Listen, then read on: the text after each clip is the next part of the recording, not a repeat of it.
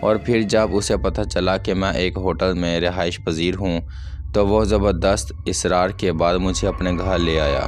مجھے رہنے کے لیے ایک کمرہ دے دیا گیا۔ پھر وہیں میری ملاقات بانو سے ہوئی۔ بانو جمال کی چچا زاد بہن تھی اور اس کے اخلاق و حسن کا میں گرویدہ ہو گیا اور رفتہ رفتہ ہم محبت کا شکار ہو گئے۔ اور پھر جمال کی تجربہ کار نگاہوں سے ہمارے جذبے پوشیدہ نہ رہ سکے۔ میں یہ جان چکا تھا کہ جمال خود بھی یہی چاہتا تھا۔ اس نے ہماری محبت کا خیال مقدم کیا اور ہم دونوں ایک چھوٹی سی تقریب میں رشتہ ازدواج میں منسلک ہو گئے۔ 1 سال پلک جھپکتے ہی گزر گیا۔ میں نے کراچی میں ایک جنرل سٹور کھول لیا تھا جس سے ہمیں معقول آمدنی ہو جاتی تھی۔ زندگی بڑے سکون سے گزر رہی تھی۔ 1 سال بعد خدا نے مجھے ایک پیاری سی بچی کا باپ بنا دیا جس کی آمد سے زندگی کی خوشیوں میں اضافہ ہو گیا۔ ایک دن میں اپنے ضروری کاغذات تلاش کر رہا تھا کہ کاغذات کے نیچے زیورات کی تھیلی نظر آئی جسے میں تقریباً بھول چکا تھا اور آج تک اسے کھولنے کی کبھی ضرورت ہی پیش نہیں آئی تھی۔ جب میں اسے ہاتھوں سے پکڑے کھڑا سوچ رہا تھا کہ اس کا کیا کروں، اچانک پشت پر میں نے کسی کے گہرے گہرے سانس لینے کی آواز سن کر مڑنا چاہا۔ دیکھا تو بانو میرے سامنے کھڑی مسکرا رہی ہے۔ اچانک بانو کو سامنے پا کر خیال آیا کہ کیوں نہ زیورات بانو کو گفٹ کر دوں تو اسے خوشی ہوگی، کیونکہ زیورات ہمیشہ سے عورت کی کمزوری رہے ہیں۔ چنانچہ اسی خیال کے تحت میں نے زیورات کی تھیلی میز پر الٹ دی۔ بانو اچانک ان بیش قیمت زیورات کو دیکھ کر حیرت سے گنگ رہ گئی تھی۔ اس نے بوکھلائے ہوئے لہجے میں پوچھا، تم نے یہ زیورات کہاں سے حاصل کیے ہیں؟ یہ تو کسی شاہی خاندان کے لگتے ہیں۔ یہ ہماری خاندانی یادگار ہیں۔ میں نے بات سنائی۔ بانو ان زیورات کو پا کر بہت خوش ہوئی تھی۔ چند منٹ وہ انہیں حیرت اور مسرت سے دیکھتی رہی، پھر ایک نیکلس نکال کر گلے میں پہن لیا۔ نیکلس اس کی خوبصورتی میں اضافہ کر رہا تھا۔ اس نے پوچھا، میں کیسی لگ رہی ہوں؟ نیکلس اس کی سراہی دار گردن میں خوبصورت لگ رہا تھا اور مجھے رہ رہ کر یہ خیال آ رہا تھا کہ آج تک کیوں میں نے ان زیورات کو بانو کی نظروں سے دور رکھا، جبکہ ایک نیکلس کی وجہ سے اس کی خوبصورتی میں 4 چاند لگ گئے تھے۔ ابھی میں اس نیکلس کو بانو کی خوبصورت گردن میں پہنے ہوئے تعریفی نظروں سے دیکھ رہا تھا کہ اچانک ملازمہ کی چیختی ہوئی آواز ہمارے کانوں میں پڑی۔ ہم دونوں آگے پیچھے بھاگتے ہوئے راہداری کی جانب لپکے، جہاں ملازمہ زخمی حالت میں خون میں لت پت بچی کو ہاتھوں میں اٹھائے لڑکھڑاتی ہوئی ہماری طرف آ رہی تھی۔ ہم دونوں ملازمہ کو اس حالت میں دیکھ کر ٹھٹک گئے۔ ملازمہ اور بچی دونوں خون میں نہائے ہوئے تھے۔ بانو چیخی، اس کی طرف بڑھی اور بے تابی سے اس زخمی بچی کو اپنے ہاتھوں میں لے لیا۔ بچی کے ساکت جسم کو دیکھ کر میں اندازہ لگا چکا تھا کہ بچی ہم سے بہت دور جا چکی ہے۔ بچی ہاتھ سے نکلتے ہی ملازمہ زمین پر گر پڑی اور بھی آواز نکالے بغیر دنیا کی الجھنوں سے نجات پا گئی۔ میں اس ہولناک منظر کو دیکھ کر سکتے کے عالم میں کھڑا بت بن کر رہ گیا۔ پھر اچانک بانو کی چیخیں سن کر میرا سکتہ ٹوٹا۔ میں ٹھہرے ہوئے بوجھل قدموں کے ساتھ بانو کے قریب پہنچا اور ہاتھ بڑھا کر بچی کی لاش کو لینا چاہا، مگر اس نے بڑے وحشیانہ انداز میں مردہ بچی کو سینے سے لگا لیا اور ہذیانی انداز میں چیختی رہی اور چیختے چیختے ملازمہ کی طرح گر کر بے ہوش ہو گئی۔ میں نے فوراً ڈاکٹر کو بلایا۔ ڈاکٹر نے آتے ہی ایک نیا المناک انکشاف کیا کہ ملازمہ اور بچی کی طرح بانو بھی صدمے کو برداشت نہ کر سکی اور بے ہوشی کی حالت میں اس جہان فانی سے کوچ کر گئی۔ اتنی دیر میں جمال کو اس سانحہ کی اطلاع دے دی گئی۔ میں دیر تک اس کے شانے پر ہاتھ رکھ کر روتا رہا۔ بانو اور بچی کی اچانک موت سے سارا نظام زندگی معطل ہو کر رہ گیا تھا۔ اس سانحے نے میرے جسم سے توانائی چھین لی تھی۔ پولیس کے علاوہ ذاتی طور پر میں نے بھی اس المناک حادثے کو پوری تحقیق کرنے کی کوشش کی، مگر کسی طرح بھی اس راز سے پردہ نہ اٹھا سکا کہ میری ملازمہ اور میری بچی کی موت کے کیا اسباب تھے اور کن حالات میں انہیں موت نے دبوچ لیا، مگر کوئی نتیجہ برآمد نہ ہو سکا۔ اس حادثے کو 4 ماہ گزر گئے۔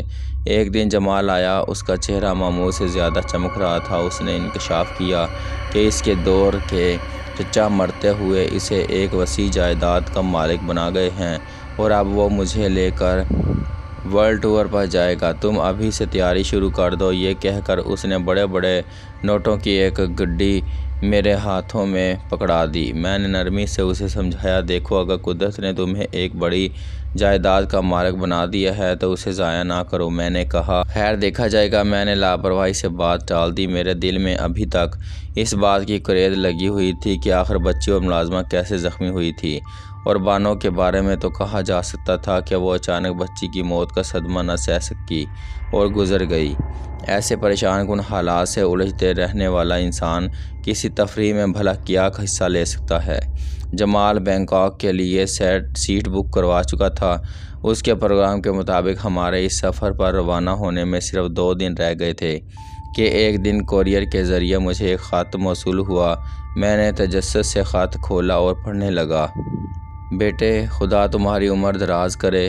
میرا یہ خط جب تم کو موصول ہوگا تو تم اس خط کو پڑھ کر حیران ضرور ہوگے، مگر نہیں، شاید تمہیں اس بات کا بھی احساس نہیں ہوگا کہ میں تم سے سینکڑوں میل دور بیٹھا ہوا ہوں، ہمیشہ روحانی طور پر تمہارے قریب رہا ہوں، اور میں یہ بھی جانتا ہوں کہ ان دنوں تم پریشان اور اداس ہو۔ خدا گواہ ہے، اگر میرے بس میں ہوتا تو میں تمہیں پریشانیوں سے بچا لیتا، مگر بیٹے، تمہارے دشمن کے ہاتھ بہت لمبے ہیں۔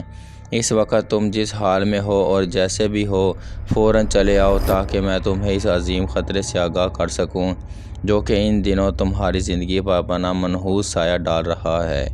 فقط تمہارا ہمدرد۔ خط ختم ہو گیا تھا۔ خط کے راکم نے اپنا نام نہیں لکھا تھا، مگر جس انداز سے اس نے میرے ماضی کے چھپے ہوئے گوشے کی نقاب کشائی کی تھی، اس نے مجھے آگاہ کر دیا تھا کہ اس کا راکم سلیم بابا کے علاوہ اور کوئی نہیں۔ اس دوران جمال بھی آ گیا۔ میں نے اس سے کہا، تم بینکاک کا ٹور کینسل کر کے میرے ساتھ رانی پور چلو۔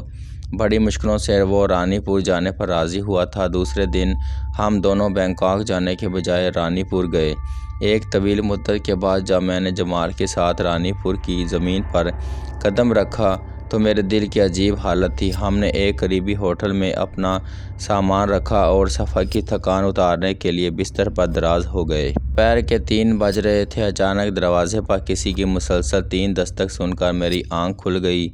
جمال بدستور گہری نیند سو رہا تھا۔ میں الجھن میں پڑ گیا، یہ دستک دینے والا کون ہو سکتا ہے؟ چند لمحوں بعد جب میں نے دروازہ کھولا تو حیرت اور مسرت سے میرا منہ کھلا رہ گیا۔ سلیم بابا میری آنکھوں کے سامنے کھڑے مسکرا رہے تھے۔ سلیم بابا، میں نے حیرت سے چیختے ہوئے کہا اور لپک کر ان کے گلے لگ گیا۔ آپ کو کیسے پتہ چلا کہ میں یہاں رانی پور میں پہنچ گیا ہوں؟ جواباً سلیم بابا کے چہرے پر ایک پراسرار مسکراہٹ پھیل گئی اور وہ کہنے لگے، بیٹا، شاید مجھے تمہارے خون کی خوشبو یہاں تک کھینچ لائی ہے۔ میرا جسم بوڑھا ہو گیا ہے، مگر اب بھی اتنی طاقت ضرور رکھتا ہوں کہ اپنے مالک کا استعمال کر سکوں۔ مگر یہ بتاؤ، اتنے عرصے تم کیسے رہے؟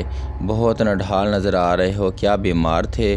یہ ساری گفتگو دروازے میں کھڑے کھڑے جاری تھی کہ میرے عقب میں جمال نے اپنی موجودگی سے آگاہ کرتے ہوئے کہا، تم ان بزرگوار کو اندر آنے کو نہیں کہو گے؟ اوہ! میں یکدم چونکا۔ معاف کرنا بابا، اتنے عرصے کے بعد آپ کو سامنے پا کر اپنے آپ پر قابو نہیں رہا اور اندر آنے کے لیے راستہ چھوڑ دیا۔ چند لمحے بعد جب ہم چائے پی رہے تھے اور سلیم بابا کہہ رہے تھے، مجھے اس بات کا ہمیشہ افسوس رہے گا کہ میں نے آپ کو اپنے سے جدا کر کے زیادتی کی ہے، مگر میرے بچے، تم نہیں جانتے تمہارا ماموں شیطان کا پیروکار ہے۔ اگر تم یہاں اس کی آنکھوں کے سامنے رہتے تو شاید وہ تمہیں اب تک موت کی گھاٹ اتار چکا ہوتا۔ مگر بیٹے، مجھے یہ بتاؤ، کیا وہ زیورات ابھی تک تمہارے پاس محفوظ ہیں؟ ہاں بابا، میں نے جواب دیا، مگر وہ میرے لیے منحوس ثابت ہوئے۔ ان زیورات میں سے ایک نیکلس میری بیوی نے اپنے گلے میں ڈالا۔ میرے گھر میں آنن فانن 3 جانیں ضائع ہو گئیں۔ میں نے صدمے سے کہا، ہاں بابا، میرے بچے؟ سلیم بابا نے سر داغ کھینچتے ہوئے کہا، مجھے ان تمام باتوں کا علم ہے، ضرور ایسا ہی ہوا ہوگا۔ تو کیا آپ کو ان تمام واقعات کا علم پہلے سے تھا جن کی وجہ سے میری بچی، بیوی اور ملازمہ جانیں ضائع ہو گئیں؟ میں نے صدمے سے کہا، بدقسمتی سے مجھے اس کا علم تھا، مگر میں اس وقت کو نہیں ٹال سکتا تھا۔ اب اس کو صرف ایک ہی ہستی ختم کر سکتی ہے، وہ ہے نواب زادی شمع۔ سلیم بابا نے انکشاف کیا، مگر یہ شمع کون ہے اور یہ کیا سلسلہ ہے؟ آپ کھل کر سب کچھ ایک ہی مرتبہ کیوں نہیں بتا دیتے؟ میں نے ناراضگی سے کہا۔ ابھی نہیں میرے بچے، ابھی نہیں، مگر وہ وقت اب بہت جلد آ رہا ہے جب تم پر کچھ انکشافات ہوں گے کہ تمہاری خاندانی اموات کا کیا سبب ہے، ایسا کیوں ہوا، وہ پس پردہ شیطانی قوت کون سی ہے جو تمہارے خلاف سازشوں میں مصروف ہے۔ سلیم بابا کی باتیں سن کر میرے سینے میں انتقام کی آگ بھڑک اٹھی۔ سلیم بابا جا چکے تھے، مگر میں سوچوں کے بھنور میں ڈوبا ہوا ماضی کی یادوں کو کورید رہا تھا۔ شام کو میں اور جمال شہر کی طرف نکلے۔ راستے میں جمال کہنے لگا، کیا تم اپنی حویلی کی جانب نہیں جاؤ گے؟ دل تو بہت چاہتا ہے پہلے حویلی جاؤں۔ سلیم بابا کے مطابق حالات بہت سنگین ہیں، وہاں قدم قدم پر احتیاط کی ضرورت ہے۔ میں نے جواب دیا، خیر جیسے تمہاری مرضی۔ جمال نے کہا، مگر کیا یہ تو نہیں ہو سکتا کہ میں اکیلے جا کر وہاں کی صورتحال کا اندازہ لگانے کی کوشش کروں؟ ویسے بھی مجھے یہاں کوئی نہیں جانتا۔ میرا خیال ہے 1-2 روز رک جاؤ، میں بابا سے بغیر مشورہ کیے تمہیں وہاں جانے کی اجازت نہیں دے سکتا۔ میں نے اسے نرمی سے سمجھایا۔ میرا خیال ہے 1-2 روز رک جاؤ۔ تقریباً 2 گھنٹے تک ہم پیدل رانی پور کی گلی کوچوں میں گھومتے رہے۔ بچپن کی یادیں دل میں بے بسی کے زخموں کو گہرا کرتی رہیں۔ واپسی میں اپنے وجود کو بہت تھکا ہوا محسوس کرنے لگا۔ چلتے چلتے ایک جگہ مجھے یوں محسوس ہوا جیسے اب مجھ سے چند قدم بھی نہیں چلا جائے گا۔ ہم لوگ بمشکل اپنے کمرے تک پہنچے۔ وہاں پہنچتے ہی میری طبیعت مزید خراب ہو گئی۔ مجھے اپنے ہاتھ پاؤں حرکت سے محروم ہوتے ہوئے محسوس ہو رہے تھے۔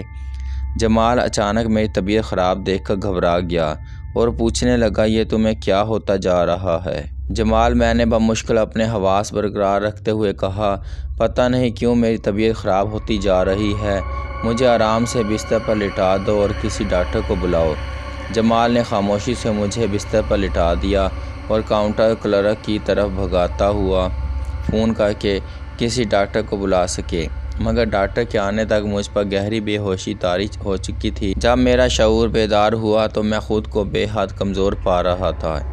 چند لمحے پہلے آنکھیں کھول کر حیران پریشان نظروں سے کمرے کے در و دیوار کو تکتا رہا، پھر اچانک ادویات کی مانوس خوشبو نے مجھے چونکا دیا اور مجھے یاد آیا یہ وہ کمرہ نہیں ہے جس میں بے ہوش ہونے سے پہلے میں بستر پر دراز تھا۔ 0 پاور کے بلب کی مرکزی روشنی میں دیواروں پر خوفناک سائے رقص کرتے دکھائی دے رہے تھے اور مجھے محسوس ہوا جیسے یہ سائے مجھے اپنی گرفت میں لے لیں گے۔ میں نے گھبرا کر دوبارہ آنکھیں بند کر لیں، پھر جب میری آنکھ کھلی تو مجھے اپنا وجود پہلے سے زیادہ کمزور محسوس ہوا۔ میرا جسم کسی نامعلوم بیماری کی وجہ سے گھلتا جا رہا تھا اور دن کا اکثر وقت نکات آمیز بے ہوشی میں گزر جاتا۔ ایک طویل وقفے کے بعد ہوش آیا تو میری دھندلائی ہوئی نظروں نے جمال کو اپنے بیڈ کے قریب پایا۔ اس نے پرخلوص نظروں سے دیکھتے ہوئے ایک ہاتھ میرے شانے پر رکھ دیا۔ میں نے کچھ کہنا چاہا مگر یوں لگا جیسے قوت گویائی سلب ہو کر رہ گئی ہو۔ بمشکل اتنا ہی کہہ سکا، جمال تمہیں میری وجہ سے بہت پریشان ہونا پڑا۔ میں شاید اپنی لڑکھڑاتی ہوئی آواز میں اسے کچھ اور بھی کہتا، مگر اس نے مجھے ٹوکتے ہوئے کہا، ڈاکٹر نے تمہیں زیادہ بولنے سے منع کیا ہے، تم اس وقت میرا دل بھر کا شکریہ ادا کر دینا جب تم مکمل طور پر صحت مند ہو جاؤ۔ اور ہاں، تمہارے لیے ایک گڈ نیوز ہے۔ وہ کیا؟ میں نے کمزور آواز میں پوچھا۔ پچھلے ہفتے تمہارے ماموں کا انتقال ہو گیا ہے اور اس قانون کی روح سے تم اس جائیداد کے تنہا مالک ہو۔ اچھا، کیا واقعی؟ اور وہ سلیم بابا کہاں ہیں؟ میرے اس سوال کو سن کر جمال خاموشی سے کچھ دیر سوچتا رہا اور پھر کہنے لگا، اب تم سے اصل بات چھپانا مشکل ہے۔ تمہارے ماموں کو سلیم بابا ختم کرنے میں کامیاب ہو گئے، مگر وہ خود بھی اتنا زخمی ہو گئے کہ زخمیوں سے زیادہ خون بہہ جانے کی وجہ سے موت کا شکار ہو گئے۔ سلیم بابا کی موت کا سن کر مجھے گہرا صدمہ ہوا۔ وہ خوشگوار احساس جو ایک لمحہ پہلے میری روح میں بیدار ہوا تھا، پھر مجھے مایوسی کے گہرے سمندر میں غرق کر گیا۔ چند روز بعد میں مکمل طور پر صحت مند ہو کر ایک طویل عرصے بعد جمال کو اپنے ساتھ لے کر اپنی خاندانی حویلی جا پہنچا۔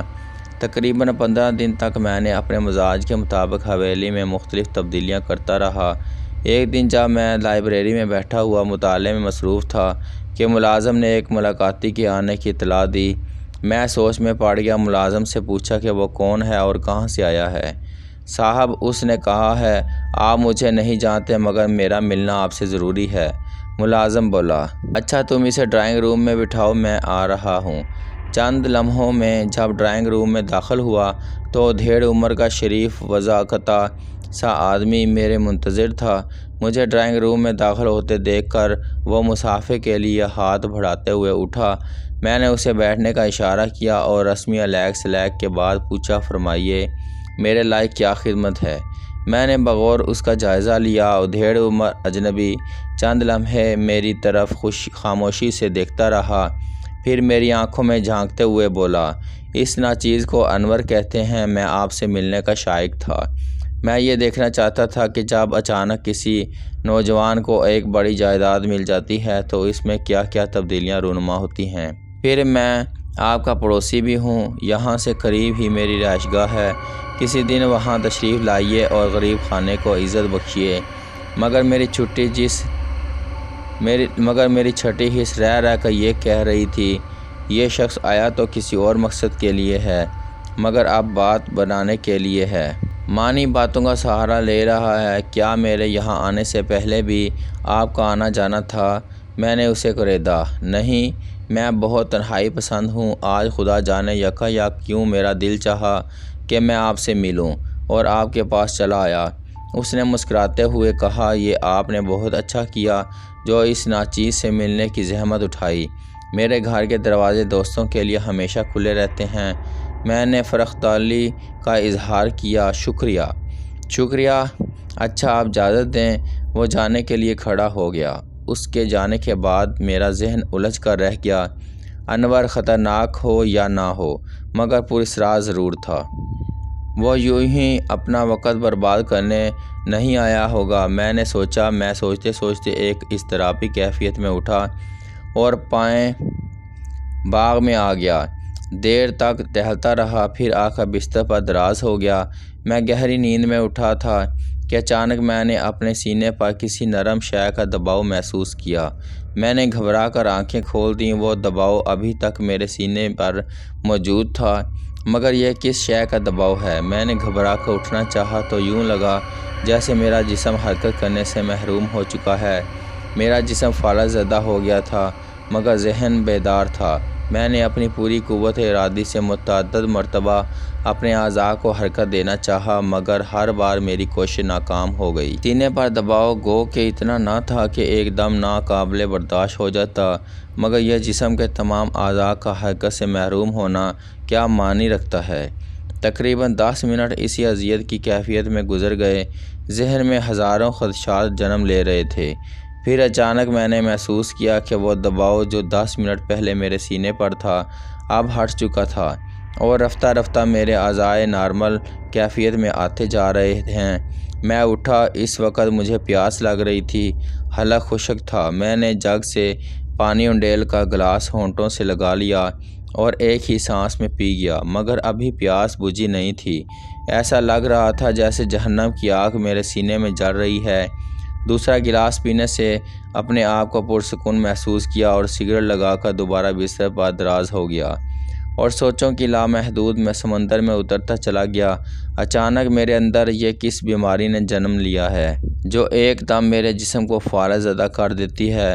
اب پہلی فرصت میں مجھے کسی ڈاکٹر سے رجوع کرنا پڑے گا۔ رات بہت دیر تک جاگتا رہا تھا۔ صبح دیر سے آنکھ کھلی۔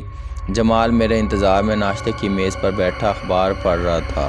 مجھے اپنے قریب بیٹھا دیکھ کر طنزیہ لہجے میں کہنے لگا، اب تم بڑے آدمیوں کی طرح مجھے ناشتے کی میز پر انتظار کرانے لگے ہو۔